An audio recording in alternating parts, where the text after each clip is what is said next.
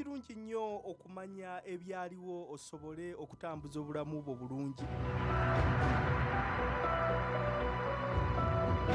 Ebyafaayo ebyaliwo byonna bye tuyiga ne tutandika okutambuza obulamu bwaffe nga tukoppa abaswahaba, tukoppa bannabbi, tukoppa abaaliwo. Mwattu nno ebyafaayo bibino akakisa kakujjidde ne munakiswa. Tosubwa ku Salam TV. Eno ye Salam TV.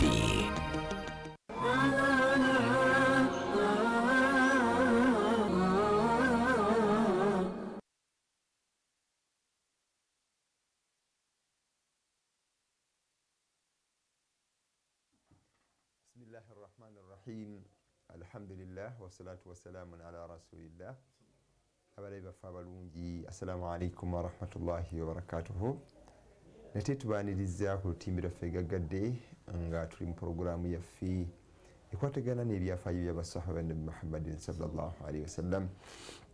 Era nga bwe tuli mu keetereekerero ak'okubeera nti n'abantu bonna beeteekateeka okugenda okubeera nti no balamaga, okubeera nti no batuuka fi al-aradi al-muqaddasa, ebifo ebitukuvu.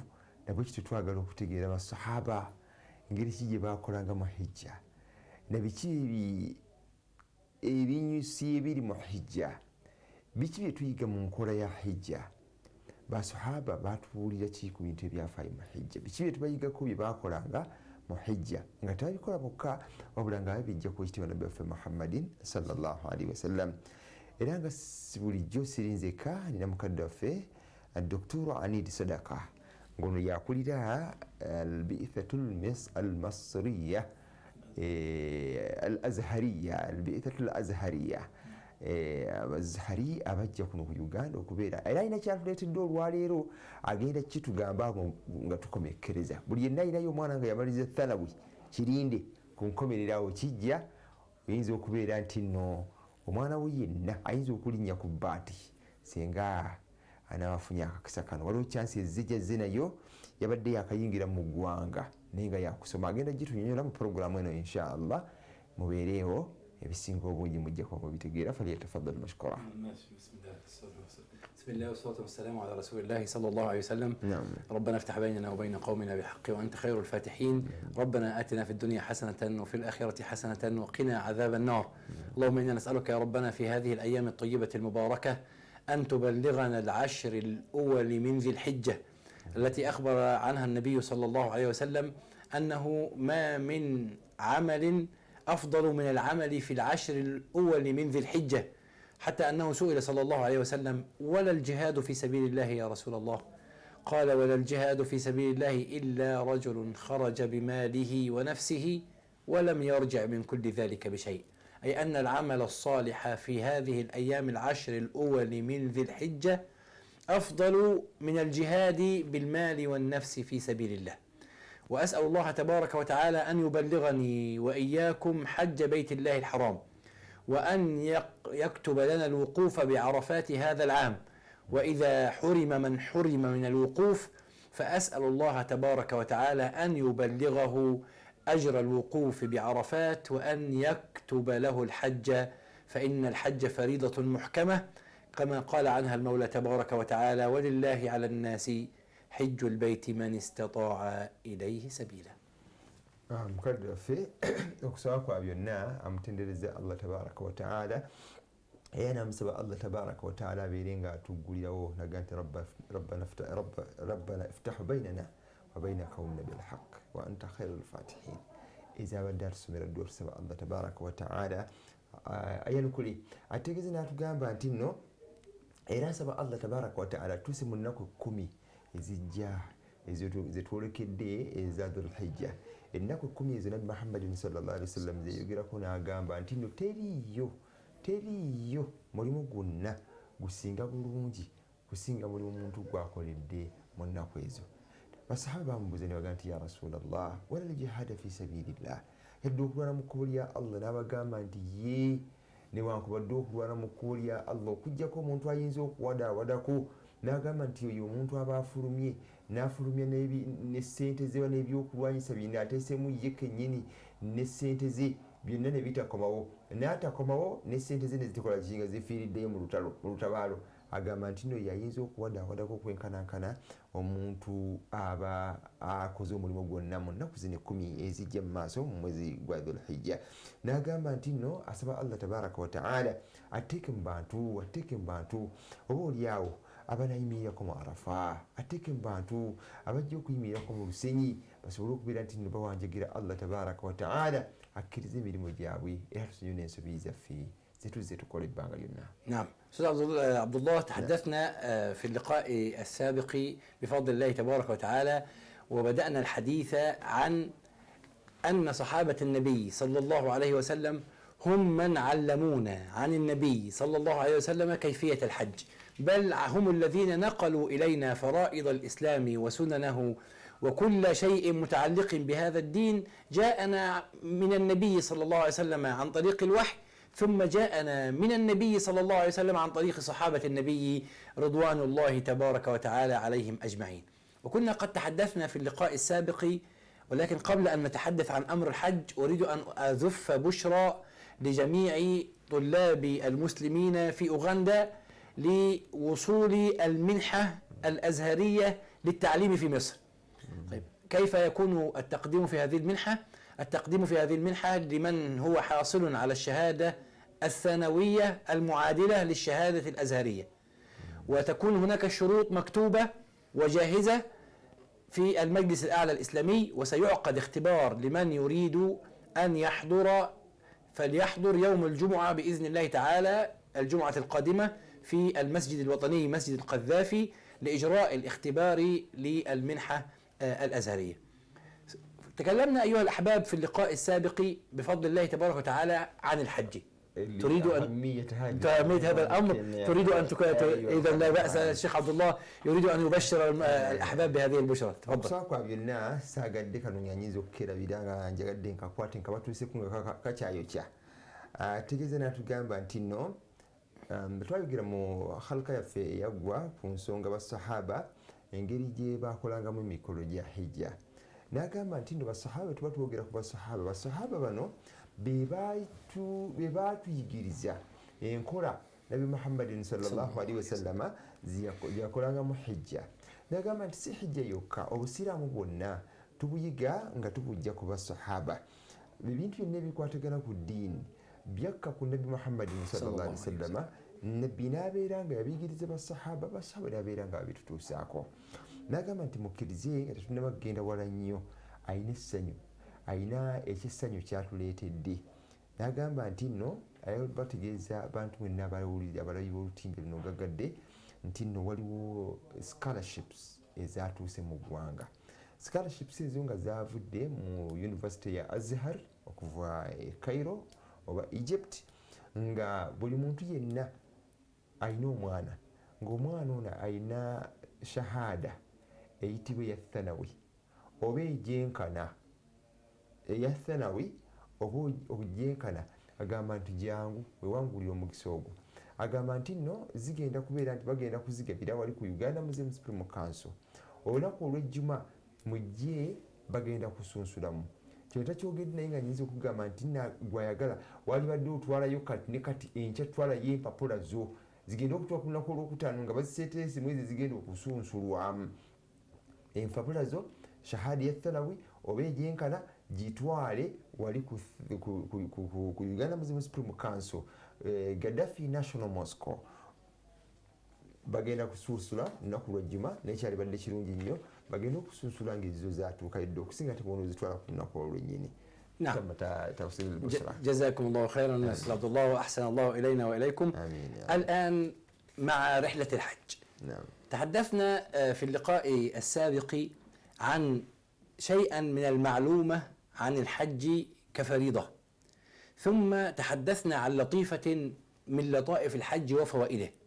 فأما عن المعلومة فتحدثنا في اللقاء السابق عن الحج عن المواقيت الزمنية والمواقيت المكانية، أي أن أشهر الحج التي يجوز فيها أداء مناسك الحج كما بينها النبي صلى الله عليه وسلم وهي شوال وذو القعدة والعشر الأول من ذي الحجة. والمواقيت المكانية، ال5 مواقيت المكانية التي وضحناها في اللقاء السابق، وذكرنا كل ميقات ومن أين يحرم الحجاج في هذا المواقيت. ثم عن اللطيفة تكلمنا عن درس مستفاد من الحج وهو درس التوكل، ورأينا ذلك في أن إبراهيم عليه السلام عندما ترك من ذريته زوجته وابنه الوحيد في واد غير ذي زرع عند بيت الله المحرم، فلما سألته زوجته السيدة هاجر: يا إبراهيم أتتركنا هنا وحدنا؟ فلم يجبها، فقالت: يا إبراهيم الله أمرك بهذا؟ قال لها: نعم. قالت: فإن الله لن يضيعنا. ثم تحدثنا عن قصة التابعي حاتم الأصم، وكيف أنه قد اشتاق إلى الحج، وحدث أبناءه في ذلك الأمر وزوجته، ورفضوا جميعا، إلا أن الله رزق إحدى بناته الحكمة، فقالت لأمها ولأخواتها: دعوه، فإن أبانا هو آكل رزق أو حامل رزق وليس هو الرزاق، والله سيرزقنا. وتكلمنا عن الموقف الذي حدث معه، وأن الله تبارك وتعالى قد رزقه الراحلة والطعام والعطاء عندما كان متوجها إلى الحج بلا زاد ولا راحلة، فدبر الله له أمره كما رأينا في اللقاء السابق.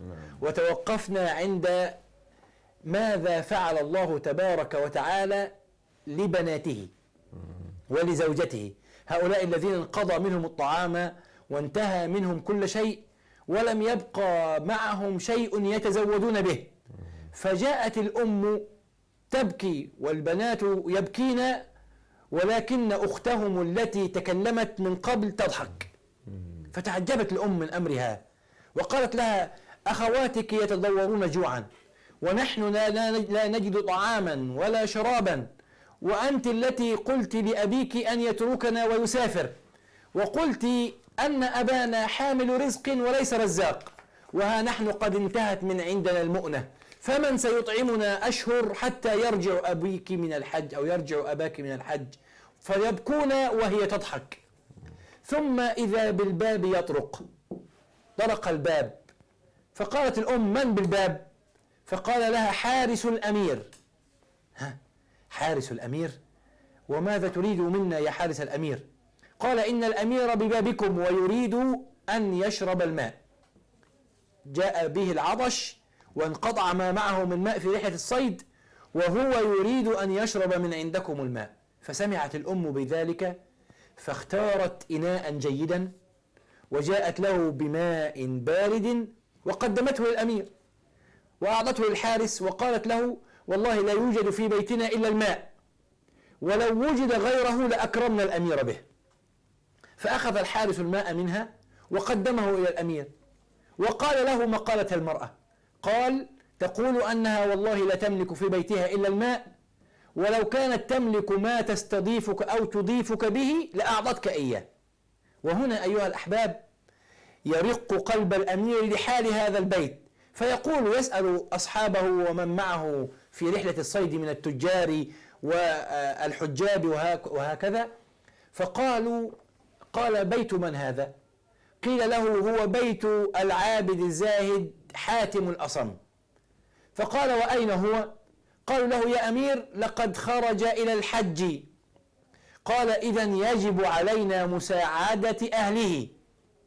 فخلع الأمير منطقته أي حزامه الذي يضع فيه المال والمجوهرات، ثم ألقاها داخل البيت، وقال لمن معه لحاشيته أجمعين: من أحبني؟ الأمير يقول: من أحبني يفعل مثلي. الله. فخلع الجميع مناطقهم، حتى من أحب الأمير ومن لم يحب، لأنه لا يستطيع أن يقول الأمير ذلك ولا يفعل.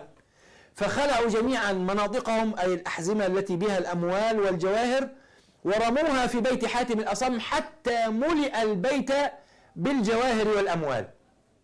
ففرحت الأم وفرحت البنات كلهن إلا البنت التي تكلمت في الأول، ظلت تبكي بكاء شديدا. تعجبت الأم وقالت لها: يا بنيتي، لا يكون عندنا شيء وتضحكين وتتوكلين على الله، ثم يملأ بيتنا بالمال والمجوهرات وأنت تبكين؟ قالت نعم. تدري يا أستاذ عبد الله ما الذي أبكاها؟ لا. الذي أبكاها كما قالت هي، قالت جملة تنقش بماء الذهب. قالت يا أماه هذه نظرة من عبد أغنتنا حتى الممات، فما بالك إذا نظر الله إلينا. هذه نظرة عبد ملأت بيتنا بالمال، فما بالك إذا نظر الله إلينا. هذا حسن التوكل على الله تبارك وتعالى. خرج حاجا فهناك من حمله زادا وراحلة، وأرسل الله الأمير إلى بيته وبابه ليشرب من مائه ليعطي أبناءه كل هذا المال. ذاك هو الدرس الذي نتعلمه من الحج، نعمة التوكل على الله. نعم. الحمد لله. ategeeza natugamba nti tugenda kutandika olugendo lwaffe olukwatagana ku nsonga ya hijja. Agamba nti nno mu khalika eyaggwa mu kitundu ekyaggwa twayogera ku nsonga zaali nnyingi. Twayogera ku nsonga amalumaati almawaqit zamaniya walmawaqit almakaniya, ebifo ebyebiseera n'ebifo tugeze nga emyezi egy'ena bategeeza ebifo bya hijja. Mulimu ebifo ebiseera eby'omu biseera ng'emyezi ena byotwategeezebwa nti gyegikola hijja. Ne mawaqit almakaniya ategeeza natugamba nti twazogerako bye ebifo buli agenda okusinziira mu directions ez'enjawulo gye bava nti nno omuntu aba agenda mu hijja ng'avudde mu Afirika alina watuukira, ava e Madina alina watuukira, n'ava e Makka balina we batuukira. Agamba nti ebyo twayiga mu khalqa eyaggwa. Agamba nti nno era ne tubeera nti nno ebimu ku bintu ebikulu zaisi lataif ze twayiga mu musomo ogwo. Agamba nti twayiga ensonga y'okubeera nti omuntu yali badde abeera ne tawakkul, okwesigamira Allah tabaraka wa taala, okwesigamira Allah mu ngeri esinga okubeera ennungi. Ategeeza natugamba nti twategeera bulungi nnyo nti Ibrahim yaddira mukyala we n'amutwala mu kifo nga tekiriimu kintu kyonna.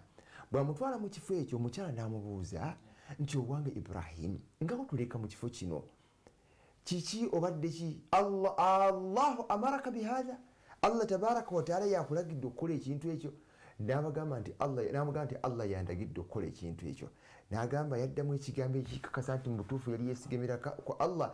N'agamba nti idhan lan yudayyana, bwe kiba nga Allah bw'ati yakulagidde, Allah tajja kubeera nti nno atwabulira. Ebyo ebimu bye twayogera mu khalqa eyaggwa. Agamba nti nno jjuka yagala kutuukira ku pointi yennyini we twakomera ddala. Omusajja ayitibwa Hatimu Ta'i. Jjukira nti yali mu mbeera mbi. Hatimul Asami yali mu mbeera mbi, naye naye yenyumiza agamba nti lwaki naalibadde wakiri nkola hijja. N'agamba bisimillah nteekeddwa okukola hijja. N'abeera ng'agamba nti ebiri ewaka wakiri abawaka kambalekere Allah nze neeyongereyo. N'abeera nti yateekateeka olugendo lwe n'afuna abaamutwalako. Baamutwalako yasanga omusajja n'agamba nti ngenda kukusasulira olugendo. Jjukira twagamba nti nno omusajja abantu baali bagenda nga balina kafira bagenda, Amiri n'alwala.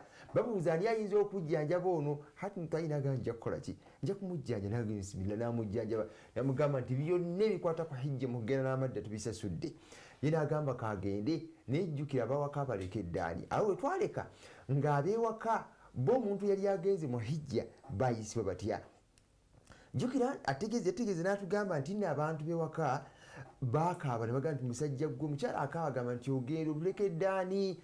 Omwana ow'ewaka omuwala n'amaddamu n'abagamba nti bannaye taata yaasitula busitu ziriki n'agituleetera ewaka, naye si yagigaba, agigaba ye waali akola ki? Ye waali era ajja kusigala nga atugabirira. Nabwe kityo abantu bwe baamala okubeera nti nno Hatimul Asami agenze, abantu bonna baakaaba. Abantu bwe bakaaba, naye omwana ono ye yali nga ye aseka busesi ng'alabira ddala nga mu butuufu Allah tabaraka wa taala embeera agenda gikola ki? Baba bakyali awo, fa idha bilbabin bitarikun, wabeerawo omuntu ajja n'akonkona ewaka. Babuuza nti ate ani yazze ewaka ng'embeera mbi kati tugenda muliisa ki. Oli bwe yajja ewaka n'akonkona babuuza ani oyo, oli omusajja n'ava eraga nti harisul amiri, mukuumi wa kabaka oba mukuumi wa amiri yazze. Bamubuuza oyagala ki, eraga nti amiri ali wali ku mulyango ayagala ku mazzi ku gakunywa. Jjukira babalese ewaka tebalina kakulya. Omukyala bwe yayingira mu nju n'abeera nga yateeka amazzi mu kyombo n'abeera nga agatwalira amiri ayo eri ng'akola kinga gannyogoze bulungi, n'agatwalira omugenyi oba omusabi oba omutambuzi eyadde anoonya amazzi g'okunywa. Bw'agamutwalira amiri n'anywa. Kati omukyala ono agamba omusajja oli Haris, amugamba nti munnaaye amiri mutwalire, naye mugambye nti ge mazzi gokka ge tulina mu nnyumba muno, singa tubadde tulinamu ekisinga ku kwago twalibadde tukola ki, twalibadde tukimuwa. Omusajja era naye amaloboozi bw'ati bwe yagatuusa n'amugamba nti ssebo amiri, ennyumba batwadde amazzi gaagano naye bagambye nti tebayinaamu kintu kyonna okuggyako amazzi gano, era singa babadde balinamu ekisinga ku mazzi gano baalibadde bakola ki, baalibadde bakarama nakyo, naye ekyo kye basobodde. Kati amiri kwe kubuuza nti naye abaffe gano amaka gaani? Naye mugamba nti gano amaka ga musajja ayitibwa Hatimul Asami. N'abuuza nti omusajja oyo aliridda wa? Naye amugamba nti omusajja munnaye yagenda mu hijja, naye embeera yagireka nga takola ki, nga bwetyo bweri. Kakati omusajja n'abeera nga yakwata fa akhadha zaadahu, n'akwata entanda yali ayina n'agijja ku mukandala gwe, n'abeera nga yagisuula mu nnyumba, yagisuulira mu kisaakaati. Jjukira yali ali bweru, amudde amazzi ebweru, n'agisuula mu nnyumba eyalimu entanda ze, mwalimu ebyobugagga. N'agamba abantu beno bennyini nti omuntu anjagala nze nga amiri wamu naye akole nga nze bwenkoze eki, bwenkoze. Abantu bonna ne bakwata entanda buli omu gyali ayina ne bagisuula mu ki, mu nnyumba. Ennyumba nejjulamu ebyebbeeyi. Kaakati mu kaseera ako ab'omu maka ne beewuunya Allah engeri gy'abawaddemu, nga kyabawadde tebasobola kikolera obuwangaazi bwabwe bwonna, ne basanyuka nnyo. Naye ate omuwala oli n'atandika okubeera nti yakola ki, yakaaba. Naye omukyala bamubuuza nti ate gwe kiki ekikkaabya, nga tubadde tuli wano nga tuli mu kaaba, ng'ate gwe oseka busesi, ate kati tufunye ku ssanyu ate gwe okaaba bukaabi. Namubuuza nti kiki ekikkaabiza mu ngeri efaanako bwekyo. N'abagamba nti mu butuufu ekinkaabiza okukaaba kuno kwa ssanyu, naye ng'ate nakwakwewuunya, nga neewuunya nti bw'abeera nga ono muddu buddu yatunuulidde n'eriise essaasizi bwe lutyo, n'atuwa hadha nadharata abdi naam aghlatna hatta almamat. Ono muddu buddu bw'atyo bw'atutunuulidde n'abeera ng'atuwadde obugagga okutuusa bwe tunaawangaala mu bulamu bwaffe oyo Allah okutujja mu nsi. Naye fakaifa law nadhara ilayhi Allahu ilayna, Allahu maliku kulli shay, nti Allah singa aba atunuulidde n'eriisa essaasizi amu n'okubeera nga yafuga ebintu byonna. كرمك الله شيخ عبد الله. هذا نسأل الله عز وجل أن يجعلنا وإياكم ممن يتعلم أصول الدروس في الطاعات والعبادات. الآن أستاذ عبد الله بقي معنا من الوقت 20 دقيقة، ولا أود أن أعلق المشاهدين لأنها قد تكون هذه آخر حلقة الآن قبل ذهابي إلى الحج بإذن الله تعالى. يا سلام. فنريد إن شاء الله، وأسأل الله عز وجل أن يرزقنا وإياكم أجمعين. آمين. ونريد الآن أن نتفق، هل نكمل المعلومات عن الحج بأن نتحدث عن أنواع الحج الثلاثة، الإفراد والقران والتمتع، أم نتكلم عن اللطيفة الثانية التي أردت أن أتحدث عنها، ثم إذا انتهينا منها نرجع إلى المعلومات إذا تبقى من الوقت شيئا؟ أنا حلي أقرر نيابة عنك. أنت تختار. حلي نكمل اللطيفة الثانية. خلاص. هذا تجزنا تجمع تنبطوفو وبود بولا بكابوكوزيشي بوجنزي. أتى بود بوتامو دعما تي بامبي إني برنامج يسمى يو ayinza obutaddamu kukola okujja kubanga agenda mu hijja, agenda mu hijja naye kiti programu eno yesembayo, then ayinza okudda ate naye nga ejja kusigala programu ekyegenda kubanga tugenda kuteekawo abalala insha Allah era bava mu kategori yennyini. Naye agambye nti nno mulaba mutya aleete latifa ekyokuyigamu ekyokubiri oba agende ku miteeko gya hijja. Agambye nti tusooke tusalewo, ne mbagamba nti seeka nze kansaliriwo abawulirizi abaffe n'abalabi baffe abalungi nti twalibadde tujjuze latifa eno eyokubiri nga tumaze okujjamu eno tujjuze then tulyoke tweyongerayo. نعم. أما عن لطيفتنا اليوم أيها الأفاضل الكرام والمشاهدون الأفاضل، لطيفتنا اليوم هي ثمرة من أجمل ثمرات حج بيت الله الحرام. هذا العطاء من الله عز وجل عندما يخبرنا النبي صلى الله عليه وسلم في قوله في الحديث الصحيح: من حج فلم يرفث ولم يفسق، الشاهد رجع من ذنوبه كيوم ولدته أمه. الله، النبي صلى الله عليه وسلم يخبر لطيفتنا اليوم أن الحج هو نهاية الذنوب.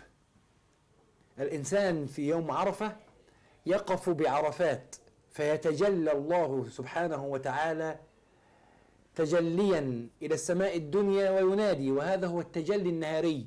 الله عز وجل كما أخبر النبي صلى الله عليه وسلم يتجلى كل ليلة في الثلث الأخير من الليل ينادي، لكن هذا التجلي النهاري يباهي بكم الملائكة، يباهي بالحجيج ملائكته ويقول: يا ملائكتي انظروا إلى عبادي جاءوني شعثا غبرا أشهدكم يا ملائكتي أني قد غفرت له. الله، أي أن الله تبارك وتعالى جعل ثواب الحج أنه يغفر كل الذنوب التي سبقت الحج.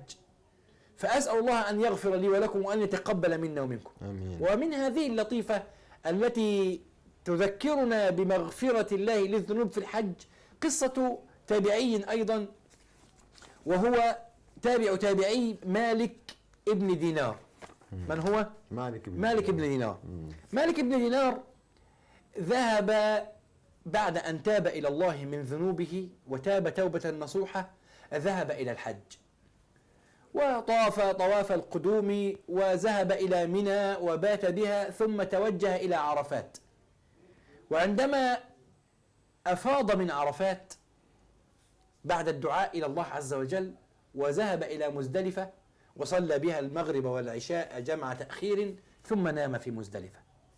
وهو نائم في مزدلفة رأى رؤيا، سمع مناديا ينادي: يا أهل الموقف، ينادي أهل الموقف في مزدلفة: إن الله قد غفر لأهل الموقف جميعا. الله غفر لأهل الموقف جميعا إلا لرجل واحد. فاستيقظ مالك بن دينار مفزوعا من نومه. الله غفر لكل الناس ولم يغفر إلا لرجل واحد، لم يغفر الله له، فظن أنه هو، فظل يبكي بكاء شديدا حتى ذهب إلى منى ورمى الجمرات وطاف بالبيت وسعى، ثم عاد إلى منى يبيت في الليلة الأولى من ليالي أيام التشريق. وهو نائم في منى سمع نفس الهاتف ينادي: يا أهل الموقف، إن الله قد غفر لكم جميعا وغفر لك يا مالك بن دينار، ولكن الله لم يغفر لرجل واحد واسمه، ما اسمه؟ سنقول بعد أن تترجم ما قلنا، ثم نقول بعد ذلك. ategeezezza n'atugamba nti latifa eyokubiri agamba nti nno bino kyekimu ku bintu ebiyigibwa mu hijja oba oliawo kisinga okubeera ekyo kirungi nga kikwatagana nakusonyiwa.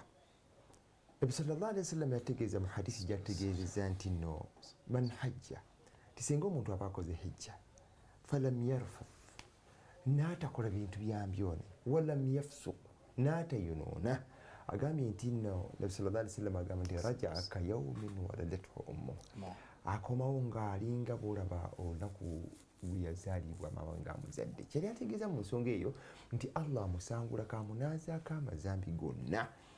N'agategeeza nti ekigenderera mu hijja nti Allah tusangulako amazambi gonna singa omuntu aba agenze n'ayimirira mu Arafa n'akola ki, n'ategeeza natugamba nti Allah ayita bamalayika n'abagamba nti mulabye abaddu bange engeri gye bayimiriddemu nga bonna bandaajanira, njagala okubakakasa nti inni fakad gafartu lahum, inni kade gafartu lahum, mazima bonna mbasonyiye. N'agamba nti wano tujjawo ekimu ku byafaayo eky'omusajja ayitibwa Malik bun Dinar. Agamba nti Malik bun Dinar yali musajja nga musajja mukkakkamu, yagenda okukola hijja era wagenda okukola hijja nabeera nga yatambula mu bifo byonna ebikolebwa amahijja, n'agenda emuna n'agenda wa nga bumanyi ebifo ebigendebwamu okukola hijja ebyenjawulo. Naye bw'amaliriza ebifo ebyo n'abeera nti nno yeebaka mu kifo kiyitibwa Muzdalifa. Bwe yeebaka Muzdalifa nga amaze okukuba ekiwaji n'abeera nti nno yalaba endooto, ng'endooto gye yalaba egamba etya, ng'egamba nti nno nga omukowoozi agamba nti ayyuha nnaasu, abange mmwe abantu, nti mazima Allah tabaraka wa ta'ala asonyiye abantu bonna okuggyako omusajja omu. Malik ibn Dinar n'akaaba n'agamba nti Allah asonyiye abantu bonna okuggyako musajja omu, ekitegeeza yenze. N'akaaba n'akeera ku makya ng'akaaba, era n'agenda emuna ng'akaaba okutuusa bwe yafuna wawumulirako ne yeebaka. Bw'amala okwebaka ayina ddamu n'aloota, n'awulira eddoboozi, endooto yennyini n'emujjira nga egamba nti abange mmwe abantu abakoze hijja, Allah mwenna abasonyiye, ne Malik ibn Dinar Allah amusonyiye okuggyako omuntu omu. N'asanyuka naye nga yeebuuza omuntu oyo omu yaliridda wa. نعم من هو الرجل؟ هذا عندما بات مالك بن دينار في هذه الليلة وجاءه المنادي إن الله قد غفر لأهل الموقف جميعا وغفر لك، ولكن الله لم يغفر لرجل واحد وهو محمد ابن سعيد البلخي. هكذا رأى في الرؤية بالاسم محمد ابن سعيد البلخي. فلما استيقظ مالك بن دينار من ليلته سعد سعادة بالغة أن الله قد غفر له، ولكنه سأل من هو محمد بن سعيد البلخي الذي لم يغفر الله له ذنبه في الحج. فذهب إلى مخيم البلخيين، والبلخيين هي مدينة بلخ بجوار إيران حاليا. فذهب إلى مخيم البلخيين وسألهم هل فيكم رجل يسمى محمد ابن سعيد البلخي؟ قالوا له نعم. واسمع بعد أن تصلي على النبي صلى الله عليه وسلم. قالوا إنه إمامنا وزاهدنا وعابدنا ومنفق علينا، من هو الذي جاء بنا إلى الحج؟ قال إمامنا عابدنا زاهدنا منفق علينا ولم يغفر الله له.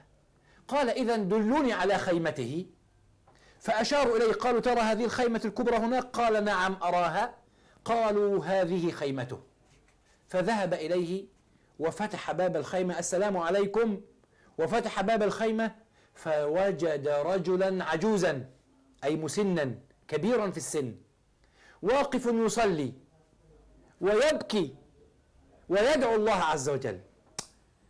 تعجب مالك بن دينار. أما تدري لماذا تعجب أستاذ عبد الله؟ كيف يكون هذا وضعه وحاله والله لم يغفر له؟ فزاد عجب مالك بن دينار، فجلس بجواره محمد بن سعيد البلخي يصلي ومالك بن دينار أين؟ جالس بجواره.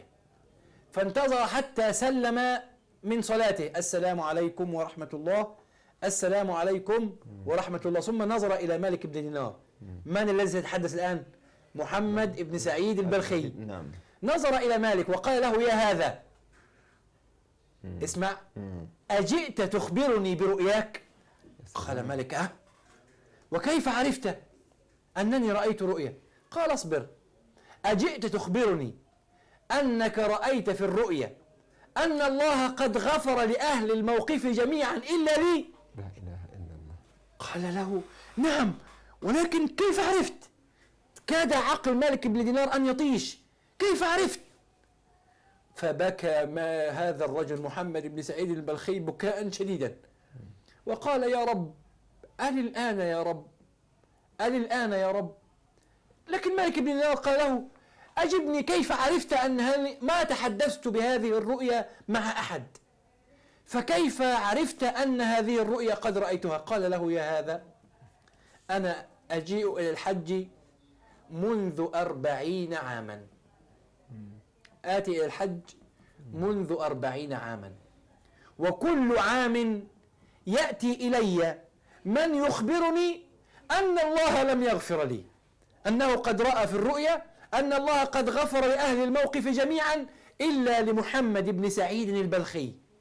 فقال له مالك: 40 عاما تأتي إلى الحج والله لا يغفر لك، أي ذنب أذنبته حتى لا يغفر الله لك بعد كل هذه الأعوام؟ ما هو الذنب؟ بعد أن تترجم هذا نكمل القصة. السلام يا سلام يا سلام. لكن الوقت سريعا. ekyafaayo kiri ku musajja Malik Budinaari agenze e Makka, atambudde ebifo byonna, agenze Muna, bamugamba nti nno ekiro tekyasembayo kimugamba nti nno Allah gwe naawe akusooye naye okuggyako omusajja omwo. Yeebuuza musajja kyoyo,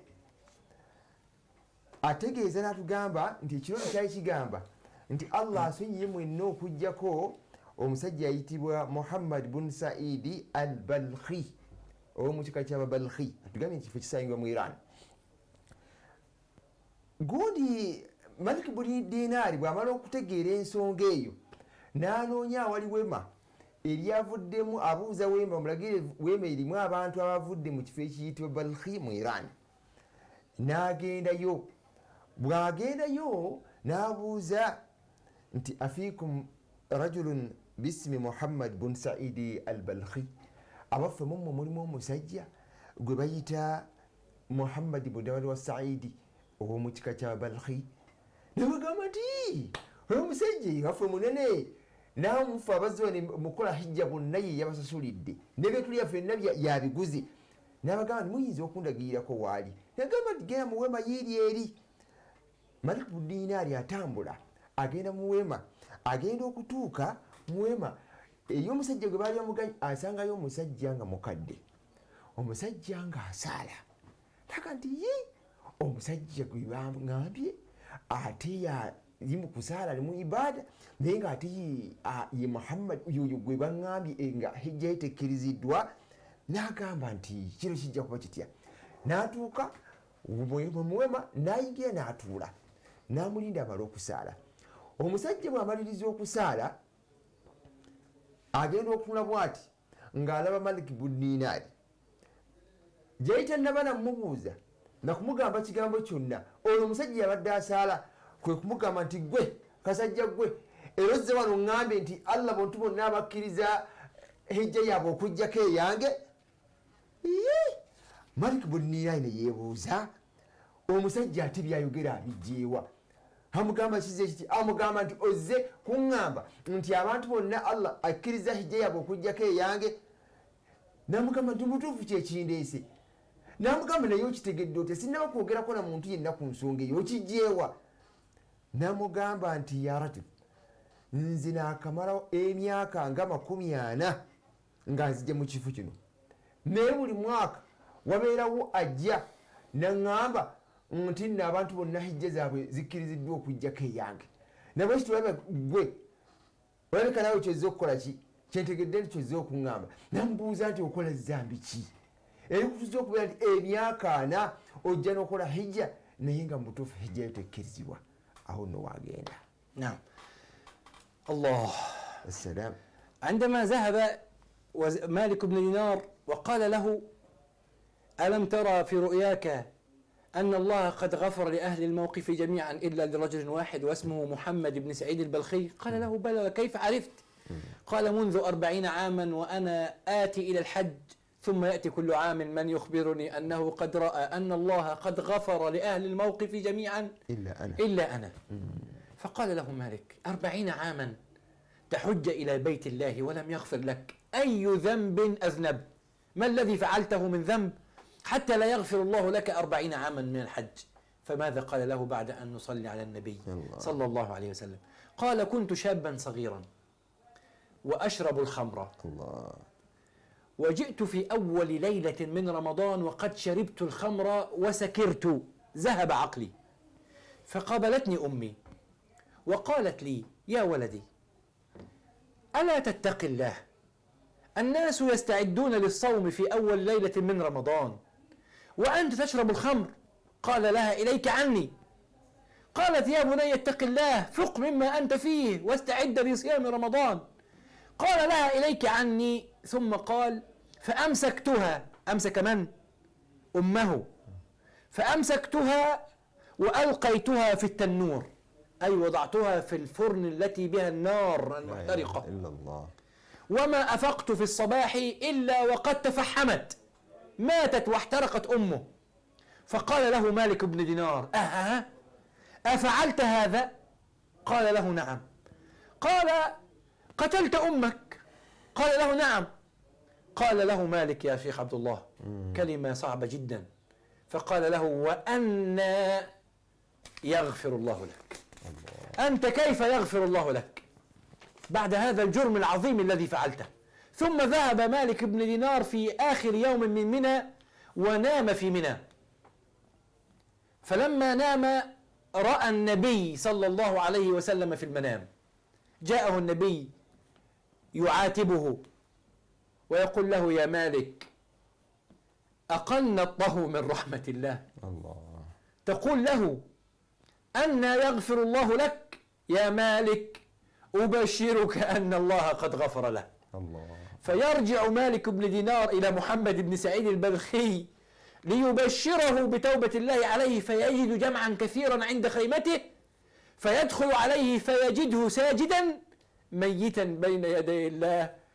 الله عز وجل يقول قل يا عبادي الذين أسرفوا على أنفسهم لا تقنطوا من رحمة الله. لا تقنطوا من رحمة الله إن الله يغفر الذنوب جميعا إنه هو الغفور الرحيم. ekyafaayo bwe kityo kigenze naye nga tutegeezezza n'atugamba nti nno Maliki bw'amala okusisinkana omusajja oli amubuuza amugamba nti kiki kye wakola bw'okubeera nti Allah takusonyiwa, n'agamba nti mutuufu maze emyaka 40 nga nzija mu kifo kino naye nga buli mwaka hijja yange tekkirizibwa. Amubuuza zambi ki wakola Allah n'abeera nga takusonyiwa. Omusajja n'amuzza ebbali n'amugamba nti mubutuufu Malik buli nnaali njagala okutegeeza kuntu shaban, nali muvubuka mu biseera byange ebyobuvubuka ashrabu lhamra, nga nnywa omwenge. Ani ayogera ebigambo ebyo? Omusajja oli agani nali nnywa omwenge, naye twali tunaatera okutuuka mu kusiba omwezi gwa Ramadani, taata maama n'anzijira n'agamba nti mwana wange lwaki tova ku mwenge? Abantu beteekerateekera kusiiba, abantu beteekerateekera ibaadaati za njawulo, naye gwe oli mu mwenge, lwaki tova mu mwenge? Agamba nti yakwata maama we bw'ati, n'amukwata n'amuteeka mu sigiri, n'amuteeka mu tanuulu, n'amusuula mu kyoto.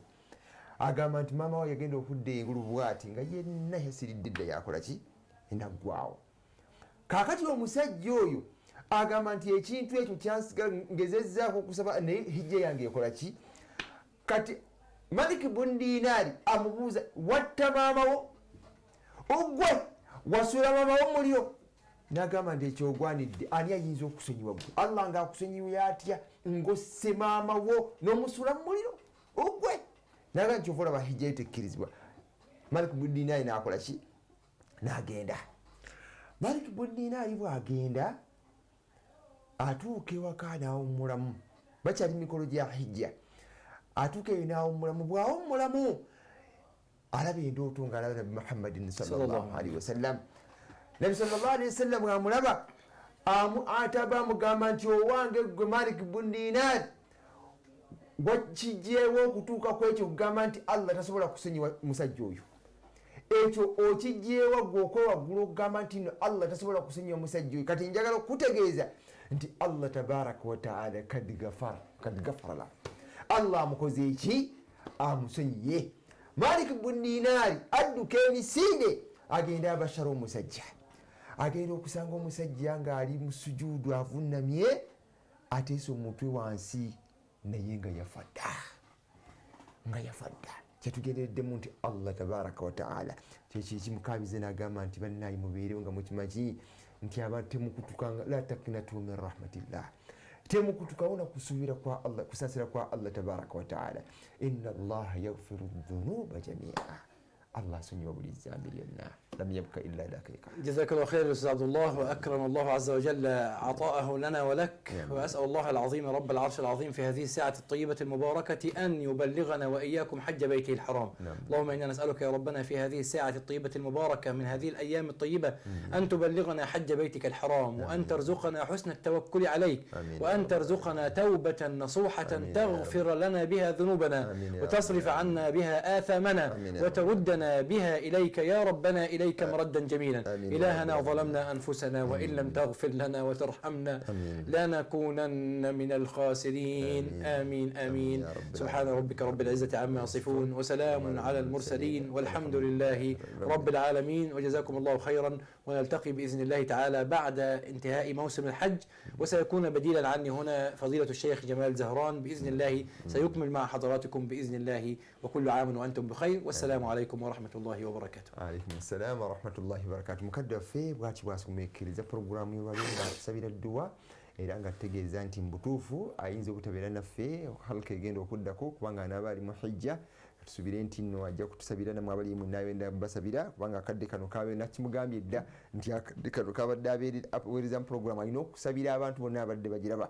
Nabwe kityo agambye nti nno bwana bataliwo wali omukadde waffe ayitibwa Jamal Az-Zahrani yajja okubeera nti natubeererawo inshallah gwe tujja okubeera tutambula naye paka lwanaakomawo inshallah. Agambye nti nabagaliza obudde obulungi n'ennaku ennungi ezetugenda bannaye muzisiibeko ennaku eze-10 zetugenda okuyingiramu eza Dhul-Hijja inshallah. Teweekwasa nsonga yonna. Allah buli mulimu gwonna gw'oba okoleddemu agwagala, naye ate lisiti omulimu ogusinga okubeera omwangu ng'ate agwagala nnyo gw'okusiiba inshallah. Bwetyo tugenze mbadde omuweereza wa Abdullah Yazid Tekrimpwa nate inshallah tusisinkane mu khalqa agenda okuddako. Wassalamu alaikum warahmatullahi wabarakallahu fikum wakathara Allah min amithalakum. Hijja mabrura inshallah wasakin mashkurun inshallah. Alaikum assalam warahmatullahi wabarakatuh.